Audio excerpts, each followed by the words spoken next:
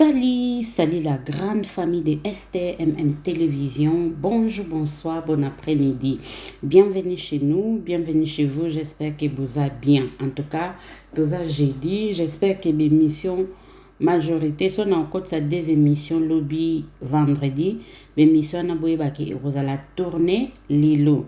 Ce qui peut lilo pendant toute la journée na côté si des émissions boye ba ke émission na nyoso et tournament lilo. J'ai préparé na loba ki non na zape na ba émission ya kosala na sisi makambu nyoso na lambi ma deblo na lambi mikila na silisi na lie na digérer na sukoli basani kandenge zalaka kitchenanga et comme siko propre. Maintenant il est temps aussi de vous servir sans oublier que tant na bandaki kolia naza kolia naza kotala naza kolia nazo tala Belle Vie TV. Hey bandeko. Tala bocha na ba j'aime s'il vous plaît la famille par l'amour du Seigneur. Bocha la na ba j'aime, bocha la na ba j'aime pour match et bandi mabi. Match et bandi mabi. Terrain examiné. Écriture et donc terrain peine examiné. Film oyo na yebi na ngate. Tozu ba traumatisme na 2025. Tozu ba skinny, tozu ba homicide, tozu ba vaticination, tozu ba concupiscence, tozu ba film tale belé, tozu ba mon pote, ba la boniche, toyebite, sans oublier, tant tozo tala, tobo sanateke, toza na rendez-vous valable na biso, ya Belle Vie TV Award, 2e édition. Marambango yango yo, place confusion kozale la biso, place équation kozale la biso, film nini tokota comme meilleur film de l'année 2025. Parce que chaque film est mis quelque chose na bavu na biso sous les drapeaux yango yo, et sali musala nango. Na bengaki mama Belle Vie prophétesse na analyse moko na utu kosala awa na makambo etali escroquerie ndeko mobali Adonis Aibi escroquer mbongo kwa bambongo a voyage na utu kosala analyse wana peut-être oyo kokota avant tout comme pe wana kokota ça dépend kaka na ebite owe pe kota mais na uti lobela sous les drapeaux ça nango ba œuvre ya année passée mais to comme vivre ba réalité nango na 2025. Donc mama Belle Vie mosala azo sala ezake azo prévenir biso d'une façon d'une autre parce que Bible le dit Dieu parle tantôt d'une façon, d'une manière d'une autre plutôt. Donc c'est ça. Donc maman Belle Vie peut azo prévenir biso na ba réalité oyo tozo mona na kati ya film oyo. To bandi mba moko premier épisode déjà epesi makambo. Ngai etango na sisi premier épisode ya film na silisi yango avec 6500 la famille. 6500 nde na silisaki film na ba ka na iner tozaki na 6500. Imaginez sikoyo toza déjà na nzambe nanga toza déjà na 27k. Toza déjà sur na 27k onga na omona avec plus de 5000 j'aime. Rien à dire. Moni so to bandi boy. Soki to continue boy, soki to beti makambo boy, yaya, to na biso kosala ba analyse, mais to banana biso ko pousser te que obo aimer, obo partager, non. To kosala na biso ngote parce que tant tozo ba j'aime, tant tozo ba commentaire, YouTube na ebisaka biso yemoko ako booster. Alors je pense il y a une abonnée ceux qui n'a bosani kombote soit mandoi quelque chose, elle s'appelle Esther son abosanité atunaki que non film na biso euti kosila femme duplicité etalemi vraiment te eza kaka biso to eza YouTube yaya eza nango YouTube azala ne bongo YouTube azaka moko amemi biso likolo moko abambi biso donc tomesanaka eza nango te ke o te tozotala te tozokonsome te tozotala na biso tozokonsome na biso mais omona a bloqué visibilité mais laissez-moi vous dire que na kati ya film oyo tobandi mon église lokola ezolobela makambo etali ba etonga en tout cas je vous assure que film oyo efungola visibilité tobandi film oyo na 389 mais en lire ezokende ti tokokisa 24 ya premier épisode tokokisa ba 390 je suis sûr et certain tokolamuka na ba 390k parce que na minute toza na 389 donc ngana mutu na ngana cheka ke te tobandi film na 389 total siko film oyo ememela biso combien d'abonnés total film oyo komema combien d'abonnés po tomona musala to implice eko bakisa na kati ya chaîne ya Bellevue télévision bandeko histoire eza mobange casting eza mobange namoni présence ya debandal mobali ya jeunesse aza artiste et comédien aza moto asika te aza caméraman réalisateur do aza na bakaske ebele ye moko comédien ye moko réalisateur ye moko caméraman azalaka pe na chaîne na ye mwasi na ye mpe azalaka comédienne aza marié donc mama amemeli biso mwa bilongi oyo mpe peut-être bato ebele batiaka kate en tout cas esali kitoko tomoni présence ya Dolasta tomoni Dieu d'enfer ya Mbata Siala na Lianzi donc ekozala mama nayebi te likolo nango babakiseli biso nani oyo batie boda ndeti na katikati ya bapapa wana mibali tozala branché tozala focus totala film to partager yango premier tableau to bandi na Asake libende balona papa Serge tomona déjà kilote wana ka ndenga alati ça prouve ça montre que papa na biso ao galérer déjà papa na biso ao galérer alors on a profité par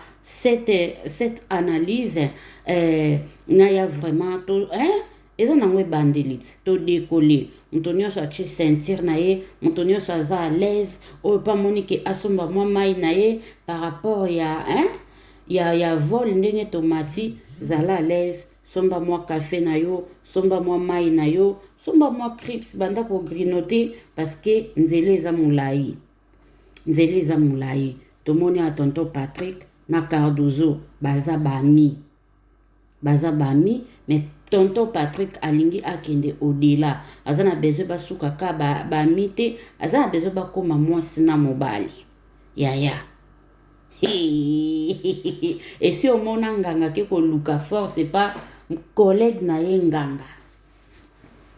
nganga ake koluka renfort epa ya collègue na ye nganga po masolo na ye kenda sango ke ye asalaka koleka ya ye erataka te sko place oyo yake ye place oyo yake kosenga atali na miroir amoni ke moto yango bayelinga kasi ekomi sikoyo osoko olingi napesa passe ekomi ya bacondition yaya vie de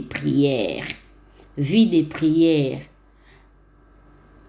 tozala na nzambe tozala na vie de prière losambo esovaka losambo eza eloko malamu ezomonana deja ke Omar aza na misala mabe nayebi te mama Top aojouer rôle ya mwasi na ye to azojouer rôle ya mama azala mwasi azala mama emonani deja ke mama Top ayebi te nini Omar asalaka po ayoki son aosolola na moto alobi te naosola na telefone nazotinda message or ezalaki communication oyo ya bande kosala na de bandal pona deal pona ba condition oyo apesi de bandal akende kopesa tonton Patrick pona Cardozo pona Cardozo la famille. En tout cas, tout à la filme, tout partager yango, tout commenter yango, et kozala vraiment pona avantage na biso nyonso. Pona avantage na biso nyonso bandeko nanga.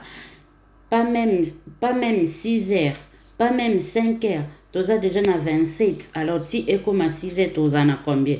Si to la muka toya okuta combien? Yango to lobi opération 100K. Tout est possible la famille parce que ba pays ça différents films oyo. Na mona ki na Facebook muta commenter lobi na kangi téléphone na ngai pona bomba charge pour na zela 16h30. Vous imaginez? Ndege bato bazeli premier épisode oyo ata kozonga Yesu Masia tozelela ngo pe boye question mark tota la filme to partager yango to commenter yango to pesa ngo to pesa ngo goût to pesa bato posa bakende basa nini batala. Et c'est que vous devez savoir aussi que film oyo ekozalaka consommer et pas ya familioise te. Film oyo ekozala consommer na corps du Christ mobimba. Film oyo ekozala consommer par tout le monde sauf personne na bandeli. Film oyo ekozala consommer non seulement na familioise mais ekozala consommer na corps du Christ ainsi que tout le monde. Donc to welcome bato nyonso, mutu nyonso aza libre acha commentaire. Babi Evangeli Mabe 55 naba cha commentaire to mona yo. Cha commentaire na yo to mona yo do makambo vraiment ezali. Leçon kaka tokoyi koloba eza nango développement. Pourquoi tonton Patrick a forcé balobaka on force pas l'amour. Tant Cardozo azana ye na bolingo wana te. Tant Cardozo aolinga lokwa ami bosuka wana. Sko yo ndimi okende kozana oba gris pendant que oza conscient que moto yo na kibo moto na ye alingaka na ye ngati. So to vivre eza parce que na chelie to na salie bisala salande to sanini tozo vivre. To moni pe maman Marie-Hélène na bana na ye kuna mère de 3 enfants, Daeli, Ada na Joël. Maman Marie-Hélène a joué rôle ya banane. Mukongo, ba maman balinga ko banga, ba maman balinga ko protéger bana bango, surtout makambo etali makambo lupango. Ozala mukongo te, parents nyonso alingaka te, bana na ye bazala inclus na makambo etali lupango. Parce que makambo mapango suka ememaka batiraima, ememaka toujours bakoswana moko boye, okosutuka pe mutu fwe sa nini fwe lala. Donc to mona déjà maman Marie-Hélène aza d'accord te na idée oyo bana na ye baza nango pona lupango. Pendant que papa bango akufa, papa bango aza bandeko na ye, bango bakoki jamais kozwa les devants pona makambo yo etali lupango. Tokende totala filme, to partager yango, to commenter yango, ekosala vraiment kitoko mingi. Nakata filme oyo susu na moni présence ya bajika mibale. Bien sûr, bajika ba mibale, toi na meta mpinga auti France, je pense Nadine, son a bossani kombo na été, en tout cas, ça fait longtemps. Ça fait vraiment longtemps. À jouer dans le groupe Africa, il y a Rock Bodo. Donc ça fait longtemps. À comment na na poto, na sepeli sou komo na esi kayaki vacances, quand ndenge zalaka, moi passage pour nous ko lamsa susu ba fanatique na ye. Donc do la star na ebisaki biso to kangama, to bongama, to koseka, to kolemba. Ba amen to kolemba ngo. Jebe kaka nde na ebisaki bino. Jeba Deniles na do la star. Bomoni de andenge ezokende. Di mezo sopana lokwa mai. Pasteur nzawa zane na grâce wana. Di mezo ya. Di mezo pesama. Mais suite nango to yebite. To talaka filme. To partager yango. To commenter yango. Mama e makambo e zali. Nachela biso juste moi extrait ya mokie ya film yango et après na ya na kota na des sujets nanga na yeli mokolo na lelo sujet liboso na linga sujet moko na linga ki vraiment te mais na zu ba appel ebele na zu pena ba appel ebele alors na préféra ki na ya na répondre biso une fois pour toutes na kati ya vidéo pour mutonio sope azwa réponse peut-être oyo a zako se lamenter tocha. Ça fait 3 jours, on avait travaillé sur la perruque. T'es sur les a combien? C'est l'autre. C'est 50. On est aimé. Ouais, mais perruque péruvienne. Le yombo, on a un gars. Olingi obala te, parce que fona sa naliat, olinga pona bala te, na osinga na osinga yo. Yo son vient la station, olingi obala te, olingi na sa. Non, Pierre yo. Oh, Pierre. Ah, on fait ça, tu as intérêt. J'ai intérêt. Les chiffres. Les chiffres. Eh, j'ai les couleurs. Les chiffres. T'as là. Vous avez ma batterie. Maza bato mabandi yankisi. Maza bato mabandi. Bébé ya mama ya libandi. Bébé ya mama ya libandi. Yankisi na koka. Mutame amatelanga te. Ah, Patrick na kosunga yo. Kota wenza ngambela. Lukelanga mogomboro. Lukelanga kitamata. Ozokanga. Lukelanga kitamata. Mogomboro Mogomboro kitamata. Mogomboro wana foto mo vraiment mogomboro ya munene. Mogomboro ya mukete. Luka kitamata. Luka mogomboro oluki kitamata. Oyelinga makasu. Oyelinga makasu. Mogomboro kitamata na makasu. Mogomboro kitamata na makasu. Yelanga mogomboro ya munene. Ya munene wana. Ya mukete. Ya mukete. Tango ko yelanga ngo. Tala tokutana le 6 na 6h. Ko ya 7h te. Soko ye 7h ko songa mabe. Ya kasi 6 na 6h. Ngana zo sala bikila. Na ko solola. Ezali kamba ko solola. Patiko zo comprendre te ezali kamba ko solola. Tango ko ya. Papa de Bandal. Olobi Mongomboro ya munene.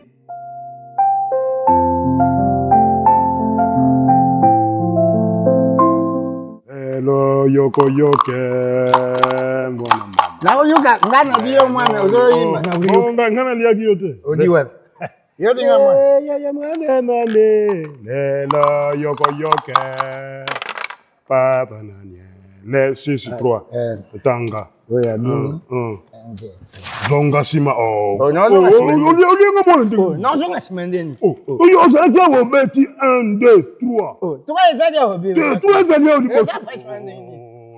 Pourquoi tozalaka na yo compréhension? Et compréhension du yo ndo lingo butango. Troisième yango oyo eza awa. Tanga oyebi utanga te. Ngana utangisa yo. Yo kaka beboye. Nzembo nasali yango ezopesa liboma. Lelo yoko yoke. 6 combien 4. Pesanga mwana. Lelo yoko yoke mwana mame. Oyoka me ozo salele hotel. Tanga na tangelaka yo. Zela ngamuna tangi yo ko muyiba ko. Naloba te. Nayimi pasi nini. Yo tanga. Tanga. Non panza match. 6 Non panza. 6D. 1 2 6. Voilà, natcheli biso mo extrait Omar Kabongo na Cardozo. Na yebiti. Baza ya analeki. Baza peka ba camarade ndenge Omar ndenge Cardozo azana Patrick. Mais comment zolia mbongo Omar na facilité pendant que lobi kete ozo lingate na bala na rolia mbongo na yo. Elingyo lobanini. Toko découvrir ango kaka awa na kati ya film na biso. Mon église, la famille, en tout cas, des places tokoya ko découvrir makambo nyonso. Restez branchés, scotchés, na katia Bellevue Télévision, pourquoi pas aussi na katia Esther MMTV, place yo wapi torobandoroya naba analyse ponako tala film na biso, obakisa toujours kaka mwa mungwa na pilipili. Toebike, en tout cas, ya maman irataka te la famille. Ya maman vraiment irataka te. Alors, toebike toza na mois d'octobre, n'est-ce pas la famille? La fête continue. Tolwaki mois oyo mobimba eza mois ya bela. Ezala na ba fan na ye, ezala na ba obalingaka ye, ezala na ba collègue na ye eza mwana ye. Alors na tournage ya lelo, tournage ya Cardozo Mille Esprit, biso nyonso toyebi ke tozala je pense 2 semaines na Brazzaville yango bomoni azalaki te, bazalaki na ba mama Loso, bazalaki na ba papa Serge, bakende pena mosala ka ndenge ezalaka. Alors tomoni ete na birthday, tomonaki ete na birthday dina,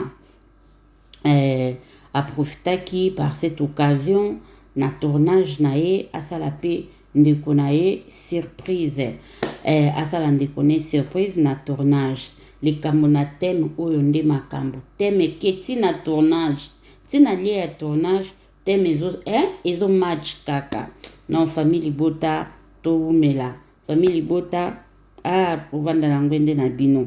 Natchela biso ambiance ya tournage et ambiance ya surprise oyo pe bapesi ye basali ye plutôt azwi cadeau na ye et alobi mwa liloba bandeko tolanda yango ensemble mosala na bango yango yo bakoma déjà famille donc rien à dire quoi totala.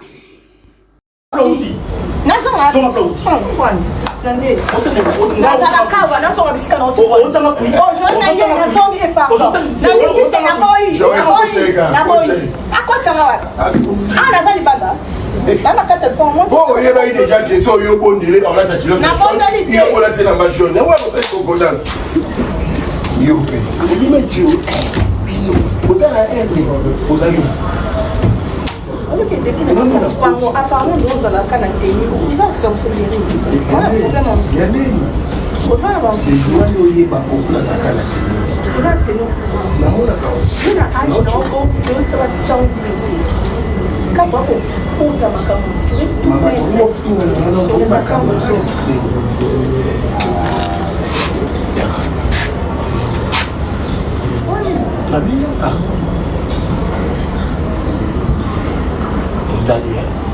na place au la qui n'a à place au lit. On comprend là.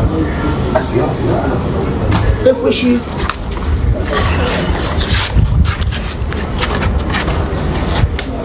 Tu veux mettre tes organes sur les affaires de ça. Oh, non, Joël. Coupé. Ok, Jean.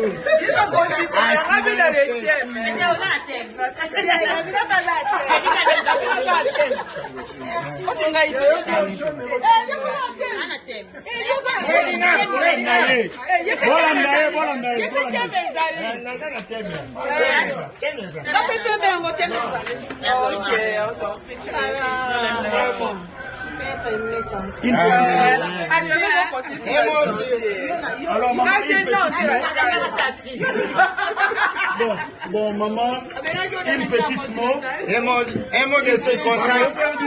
Un mot de circonstance. Un mot de circonstance. Une petite mot. Un mot. Une toute petite mot. Un mot de circonstance. Merci, une petite mot encore. Un mot de circonstance. Une petite mot. Un mot. Une petite mot encore. Un mot de circonstance.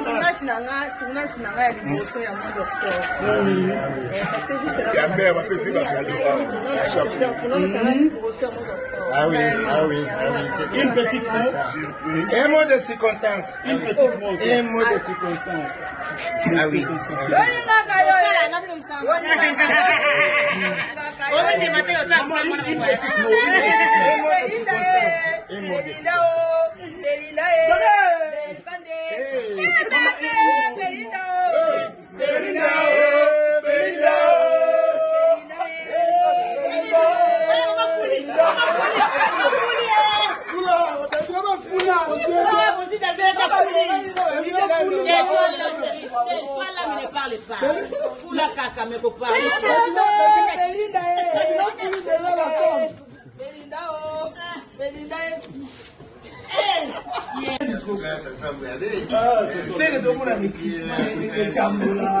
J'ai raison.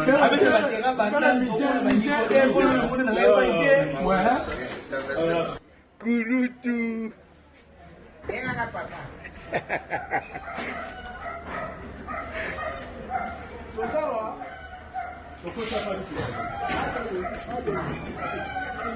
Zima.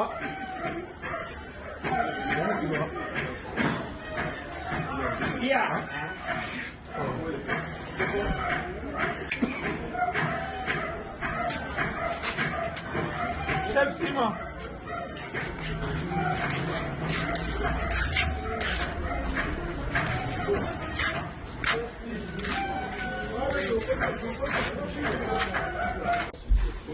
Il y avait vraiment la présence de son père. Non, mais ça va prendre du temps. C'est-à-dire la lecture, la psychologie, l'eau, et pour la ça va prendre du temps. Ça va me prendre du temps. Bon, nous allons quand même quitter cette heure. Est-ce que tu peux appeler les médecins comme ça, pour savoir ils ont raté?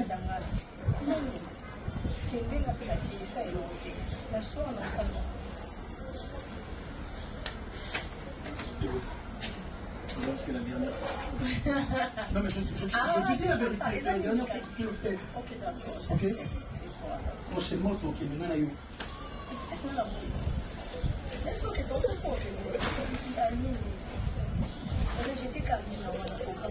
Tu sais bien que c'est impossible. Tu sais bien que c'est impossible parce que moi, je suis c'est-à-dire la vie que tu mérites. Pose la miette ou non, c'est-à-dire la miette. La vie que toi tu mérites, ce n'est pas une vie qui est obligée, du taxi, non, ça c'est pas ce que toi tu mérites. Imagine-toi. Donc, arrête. Avec ton état aujourd'hui, il n'y a pas de problème. Son problème est comme il n'a eu. Et ça prend des temps, on peut être moi je suis dans le mot et bon.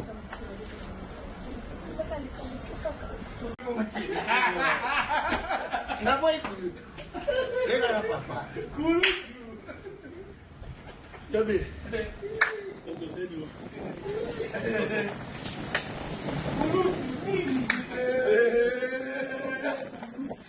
C'est-à-dire, Wabi, ah, au Kapi Azaki, au Kapi, à ça, mon qui est, ah, au Kapi,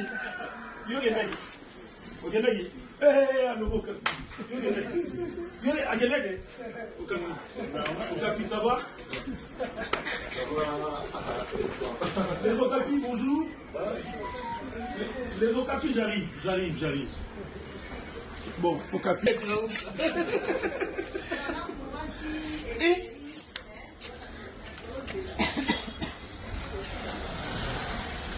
voilà, non,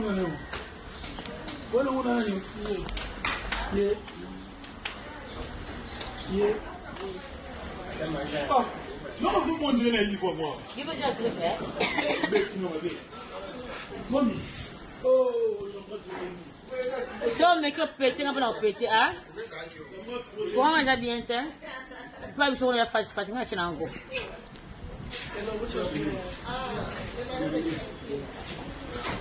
Just because your name is Chad.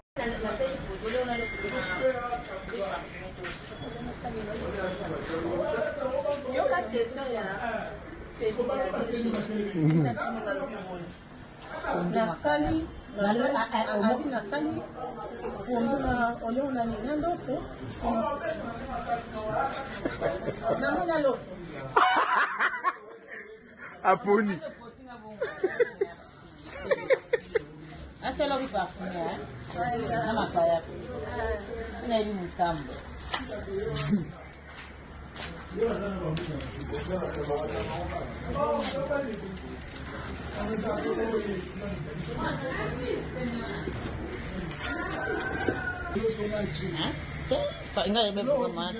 Obligatoire, c'est qu'il faut participer à une journée.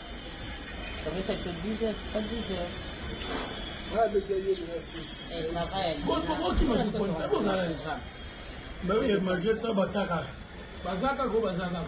Tu vas pour C'est minutes, oh, il a changé pour sur le pied. Mais vous avez un paiement. Changez mon dame. Changez mon dame. Zom banjo. Eh. C'est C'est beau, ça m'a payé ma zone à bout. Ouais. Et coquille. Dans la tigabou. Eh, tu as rabou. Ok. Ah, vous avez si vous avez la ligne de terre. Non, ça c'est mon ami.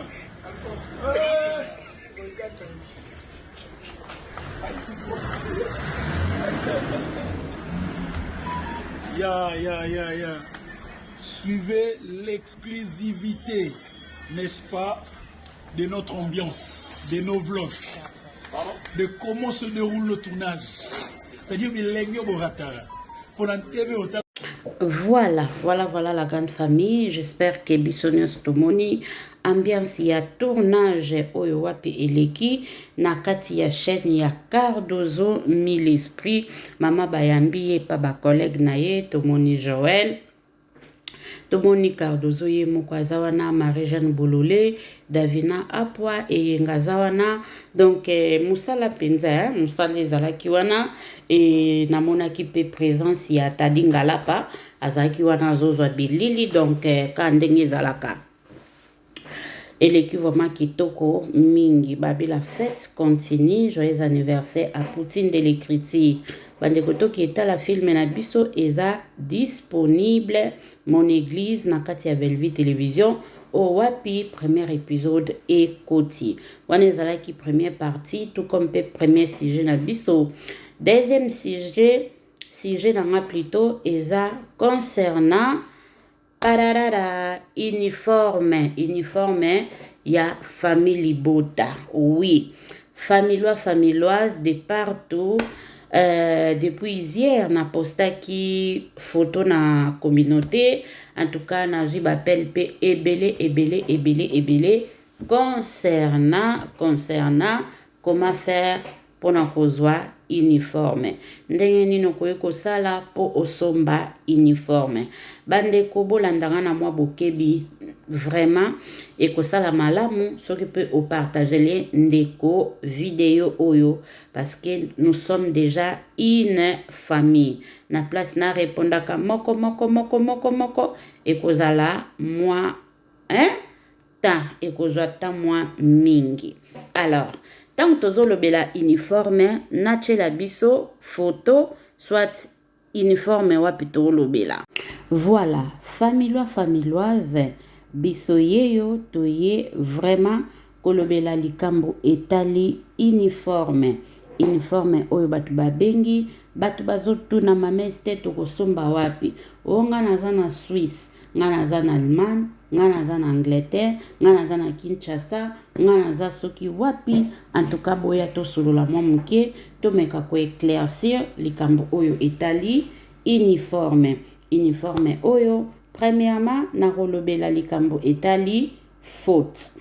Oui, toza conscient par rapport ya erreur oyo esalemi na kati ya logo na biso na place ya F eza na P ezobima pemi libota. Alors toyebi yango. Alors nazwi ba message bosali erreur bobongisa kombo eza bien te. Effectivement toza conscient que kombo eza bien te. Eza application oyo initiative ndeko na biso fan ya Mama Belle-Vie famille libota familoise plutôt parce que soto zoloba famille libota familoise famillois et comme pe ko sala moi confusion na mitu ya bato. Alors mama soki alobi familoise ya Londres familoise TikTok familoise boena bo comprendre kaki biso nyos toza bato ya famille libota point barre. Donc c'est ça. Alors ndeko na biso azwaki initiative créativité moko ya initiative ya bien ko créer ko valoriser les artistes ko valoriser bato bazo travailler pembeni ya Mama Belle-Vie. To monaki gouvernement et bimaki to ni des artistes maintenant muto azui poste na ye. Loko les a idée azo développer yango. Tozala un peu patient. Tozala un peu patient parce que soki eloko ekotekama soki eloko ezotekama tozawana toka komemela bino sango tokoyebisa bino ba point de vente kozala wapi oza na Angleterre par exemple oyo oza na Londres famille bota Londres ezali bo contacter par exemple la mama chérie soit bo contacter ma meste nakoya kolobela ngo po et permettre motonio so asa nini asomba à valoriser famille libota à valoriser musala oyo Mama Belle-Vie azosala nini azosala tomoni présence ya Mama Belle-Vie ozo senti que kitoko. Ça c'est Nadège Yamba famille libota news na États-Unis oyo eza mama ye moko en tout cas babilongi mususu vraiment nazoyeba te parce que modèle bazolamba oyo eza metampinga modèle baolamba na boyi kozwa bafoto bato nyonso pour ne pas créer des zizani. Et la mama chérie toyebi la créatrice ya initiative ye moko pe aleki ça c'est Ursule Pechanga bomoni Black Line Mobutu azawana Mama Belle-Vie wana donc nazwika mo ba photo ndambu na chi bobo manoka tomonaki apo Ferenza tomoni toyekomona Tirbo Dzingizwayo donc malembe eza makanisi eza idée soki esili nyonso vraiment ke kitoko en tout cas toko hésiter te to ya to partager yango parce que soki biloko ekotekama maputaka te kotekama tomonaki nini ba phone covers ya famille bote ezali ba stylo donc ba mame belé pena baza na besoin biloko oyo esa nini etekama bato baza prêt à kosomba pour kaka ko soutenir Mama Nabiso Poutine de l'écriture. Mais pour l'instant, en tout cas, ba mama eloko moko ezotekama ezate. Ngai tango basaleli nga na mi moni na bino, fona miteka. Na yaki ko miteka na mi publier epesaki moi elengi mais na elengi wana nazwi bapele ebele bato bazobenga mama biso to sande ni poto somba.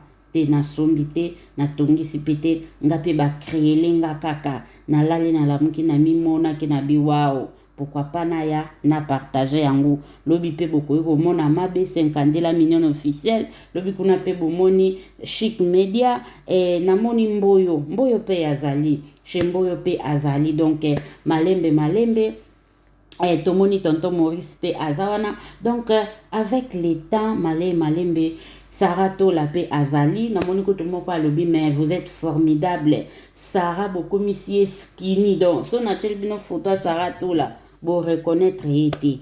Abimi pena, elengi, na go. Donc ata batu bazo yi bana bango, ba idée mais ba ozwanyo sauté.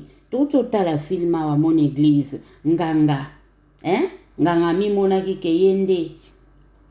Mosuki si ya yebi nyonso metango ekomi na eloko mutu aza nango posa amoni ka suki amoni ke asuki fona kende panani fona kende mutu aza supérieur nanga akendaki pa Omar do batu bakoyiba na bango ba idée bakozala limité parce que bayebi te mutu abandaki eloko aza na makanisi nini aza na ba objectif nini ana ba ambition nini do biso ata toyibi tokoke na biso nango musika te. Coup de chapeau ma chérie, en tout cas musala malamu, continuer ko valoriser ba artiste oyo bazo sala musala kitoko o bazo sala musala kitoko na kati ya chaîne na kati ya chaîne ya Bella Télévision. Donc c'est ça, pour erreur vraiment, ce qui est loko oyo est commis officiel, bobanga na binote, kombo et kozala vraiment famille Libota. Pour l'instant, moyen ya ko changeango ezate, voilà la raison pour laquelle bozo mona batu tout baolata famille Libota. Donc eza erreur oyo déjà si esalemaki na débit moyen ya ko changeango. Pour l'instant, ezate. J'espère que tu sais faire comprendre toza bato. Moto nyonso azana droit ya osala erreur. Soko osali erreur balasima okolinga osala malamu. Donc bo comprendre ndeko na biso pona ba obozo benga, pona ba obozo koma par rapport ya kombo ya famille Libota. Bo s'abonner massivement na kati ya STMM Télévision. Bo liker vidéo, bo partager, bo commenter et que ça la bien. Donc comme pour na kosuki ça, eza juste ka pour na koyebisa bino ki eloko moko ezotekama ezate uniforme ezate stylo ezate eloko mo à part magazine ya mama na biso Bellevie oyo ekotekama le 22 octobre, donc la semaine prochaine nde yangwana motekote kama ozana besoin oyeba plus oyeba mingi pona mama Bellevie ozana Kinshasa biso pe bato ya diaspora ba place ekozala photo somba afin que to découvrir mon aba Bellevie Kandi Poutine de l'écriture musala oyo ye azo sala.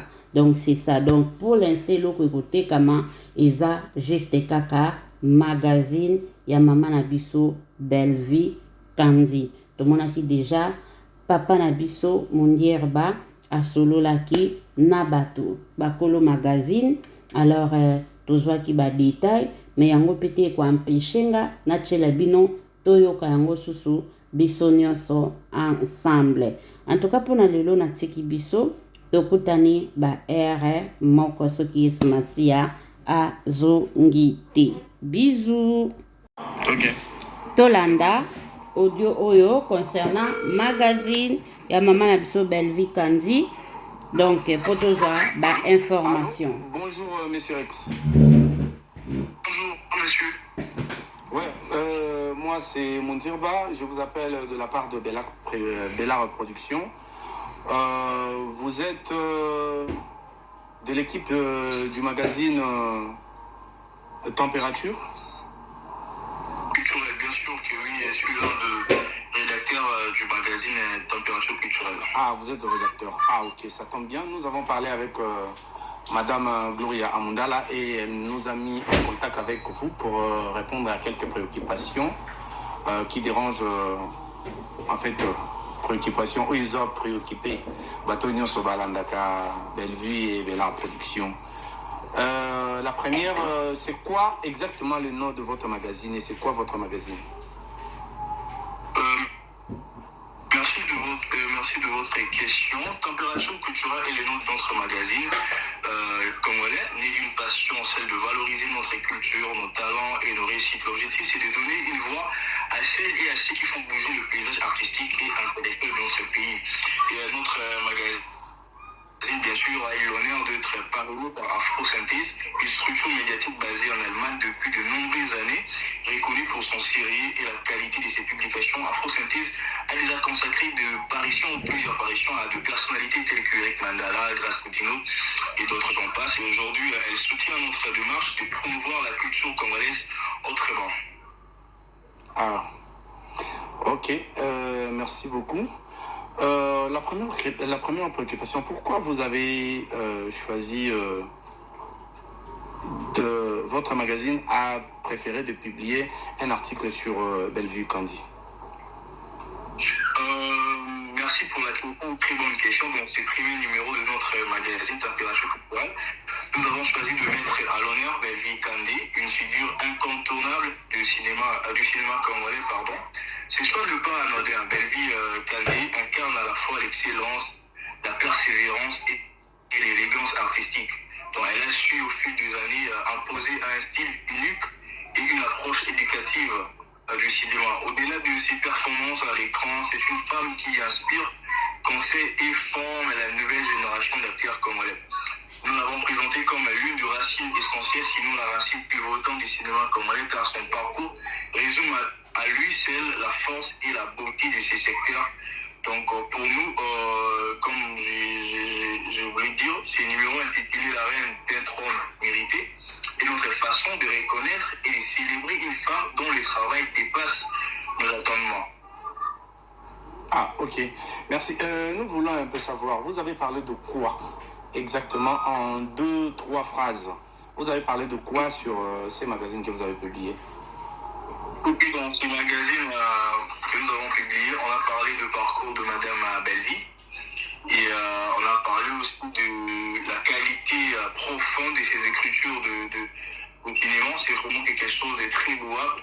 Et aussi de l'innovation qu'elle apporte dans le monde numérique. Avant, le théâtre, on le regardait seulement dans des chaînes de télévision de base, comme à l'époque. Mais aujourd'hui, tu peux être de partout, mais tu suis à Bellevue Candy. Et c'est aussi l'une des actrices, qui dans sa chaîne, elle a plus de vie. Donc voilà pourquoi nous avons, au cours de notre magazine, essayé un peu de parler d'elle, sa qualité, ses exploits qu'elle a eu à réaliser pendant son parcours d'artiste, et surtout aussi sa capacité de former d'autres artistes. Donc ce qui fait d'elle incontournable. Ah, ok. J'allais demander une autre préoccupation, excusez-nous, nous serons brefs. C'est quoi et c'est quand est-ce que le magazine sera disponible au grand public? Parce que jusque-là, nous n'avons vu qu'un seul élément, que vous avez pu faire la surprise le jour de son anniversaire. C'est quand le grand public aura la possibilité d'acheter cette œuvre. Et ça sera combien? Pour le montant, vous aurez le détail la date d'apparition de notre magazine est pour le mercredi 22 octobre 2025. Et je pense qu'on va faire un petit communiqué là pour informer aux gens les liens ainsi que le montant que notre magazine sera bel et bien vendu. Nous aurons aussi les points de vente, je pense. Oui, on est en train de travailler en équipe pour mettre le point de vente un peu partout. Question pour des gens d'avoir notre magazine et pour des gens qui sont aussi à l'extérieur du pays, on va essayer un peu de voir comment est-ce qu'on va les aider en avoir parce que c'est quand même la grande préoccupation. Et c'est riche souvent avec tout ce qu'on a écrit dedans qui retrace souvent le parcours de l'artiste et je pense que dans les jours à venir, vous aurez des détails sur le prix, sur les liens. Mais la date d'apparition, c'est pour ce mercredi 22 octobre. Nous avons vu la reine, vous avez dit la reine essaie de nous expliquer rapidement, dans 30 secondes ou 1 minute, pour ne pas vous prendre plus de temps. Par rapport à la question de la reine d'un homme mérité, oui. Donc c'est ça le grand titre du magazine. évidemment, c'est les grands titres de notre magazine. Ok. Et pourquoi nous avons choisi Choukou? Simplement parce qu'aujourd'hui, elle est, je veux dire, dans son moment ou dans son époque où elle est en train de cartonner. Donc, son parcours montre à suffisance qu'elle mérite d'être là où elle est aujourd'hui grâce à son travail. Donc, ce n'est pas trône volé, c'est bien trône mérité grâce à son travail, à son implication et surtout à sa sérieuxité qu'elle est en train de porter au cinéma congolais. Merci beaucoup, M. Rex. Nous avons tellement beaucoup de questions, on ne saura pas le faire par cet appel. Est-ce que votre magazine pourrait disposer un temps, en fait, nous allons disposer de notre temps d'antenne pour diffuser une interview avec vous sur YouTube. Est-ce que ça sera possible? Est-ce qu'on peut organiser ça? Oui, pas de problème. Merci beaucoup d'avoir répondu à nos préoccupations. Et on vous revient tantôt. Donc vous fixez la date pour le mercredi, le 22. Le grand public aura accès à ces magazines et vous allez fixer les montants. Justement, c'est ça. Merci beaucoup. Bonne soirée à vous. Pareillement, merci. Merci.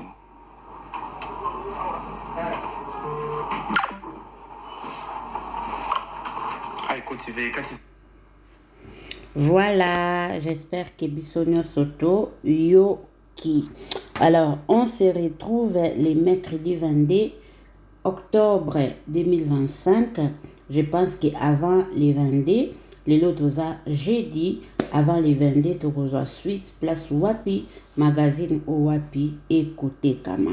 Vous s'abonner, vous liker, vous partager. Surtout, more information, tu reçois maté, kozongela bino, pour nakoya, ko partageango, elongo, na biso. Allez, bisous.